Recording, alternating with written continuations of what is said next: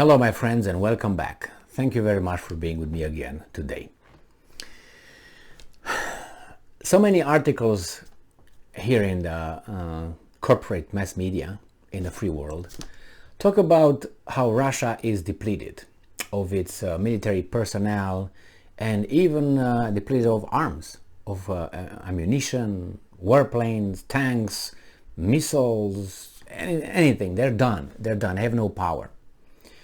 The article that I'm reading now and I'm finding is that they are bringing more equipment and more people, personnel, fighting, warriors, fighters, how you want to call them, to the border of Ukraine.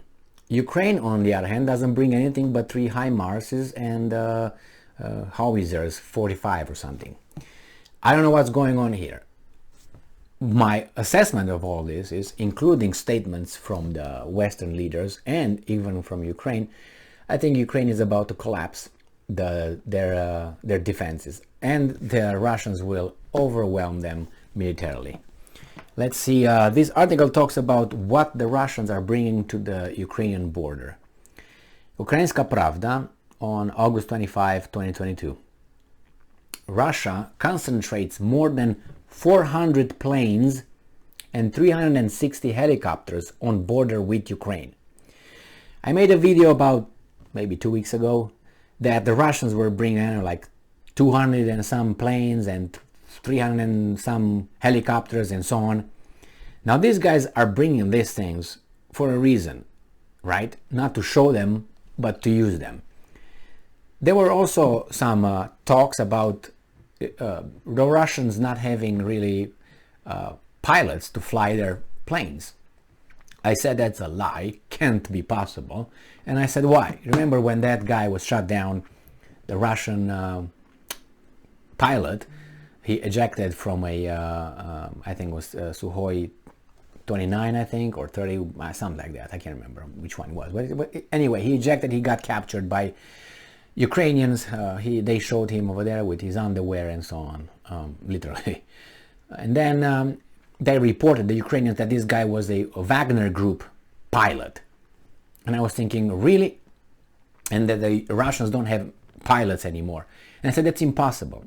I looked online, 3 clicks, and you find the Russian air fleet, how many airplanes they have. You know, but some of them are functional, some of them are not, and it's thousands. So I said, if it's thousands, let's say you cut it in half and you still have 800 available. Let's say 800. And then for 800, I said, okay, let's multiply that with, let's say, 2 pilots for each. So you get about 160, right? I'm sorry, 1060 pilots. So Russia doesn't have 1060. And then I made a calculation. The Russians, okay, in order to fly a plane, you should be below, I don't know, like 55 at the latest or something. So 55 and let's say 20. So you got over there 25 some, right?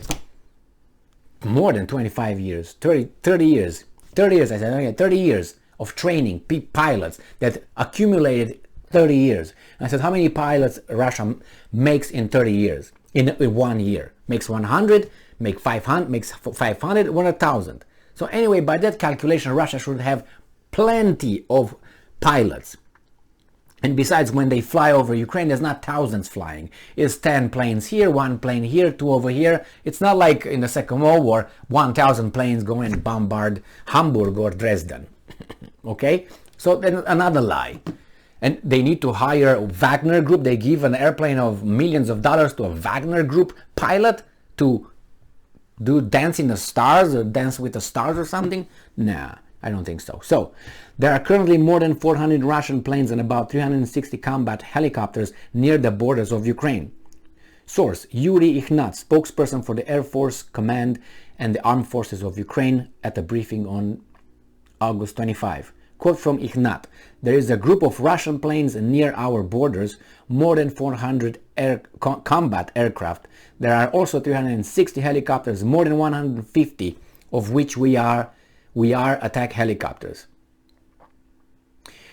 More than 150 out of the 360 helicopters are attack helicopters, such as the Ka or Ka-52, a multi-role attack helicopter that can operate in any weather condition. that means the winter's coming, they can operate. That's the hint over there. Details. He added that the Russian occupying forces are actively using tactical aviation. Fighter jets patrol the airspace of Belarus, Russia, the temporary occupied territory, as well as the waters of the Black and Azov Sea. A-50, the long-range radar detection aircraft, and the IL-20 relay aircraft are constantly in the sky. Relay aircraft, constantly in the sky. Where do the Russians have kerosene or whatever the planes fly on? They will never run out of that. I remember when the Romanians were doing, with their jets, MiG-21, I think it was, and then they couldn't fly. I mean, I had some friends that were pilots, and we don't have combustive. We don't have fuel to fly them. We don't. Well, that's not a point here with the Russians, I guess. They can do a lot of training hours, lots of them. So they should be trained, I guess. So yes, they are around that, and they constantly go back and forth or along the border and so on. So I'm thinking they are very capable of just switching from north to south into east to west.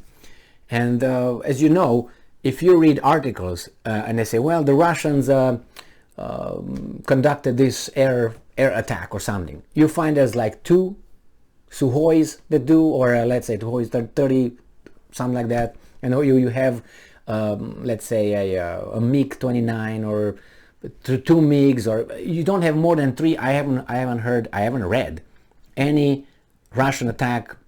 I think it was one time, no, that was the Ukrainian, where they said they used nine